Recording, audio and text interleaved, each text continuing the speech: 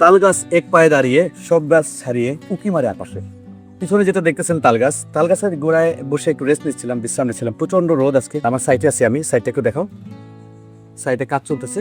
এই যে তাল গাছটাই দেখেন বাঁকা হয়ে আছে, বা অনেক সময় বৃষ্টি হয়, ঝড় তুফানে দেখবেন যে গাছটা এরকম বেঁকে যায়, আবার সোজা হয়ে যায়। এটা কি আসলে কি? আল্লাহ তাআলা যে গাছগুলো বানাইছেন, সুপারি গাছ, নারিকেল গাছ, তাল গাছ, এই গাছগুলোতে ভিতরে অনেক ফাইবার থাকে।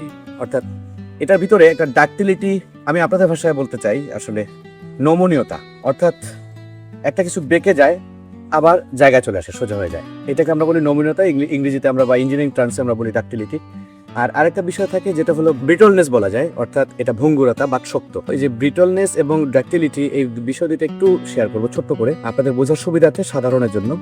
যে আমরা সাধারণত বিল্ডিং, যারা ভূমিকম্প প্রবণ এলাকায় বিল্ডিং ডিজাইন করি, আমাদের এটা মাথায় রাখতে হয় যে আমাদের বিল্ডিংটা যেন ডাক্টিলিটি অর্থাৎ নমনীয় হয়। কেন নমনীয় হবে?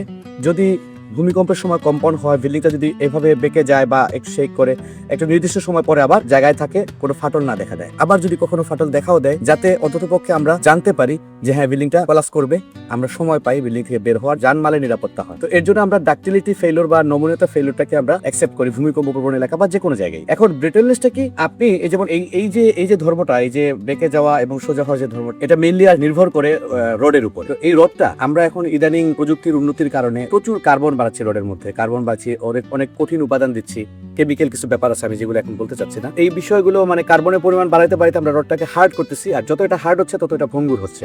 দেখবেন বেশি স্ট্রেংথের রড যেগুলো, এগুলো বাক্কাইতে গেলে ভেঙে যায়। তো এইটা হলো ব্রিটলনেস।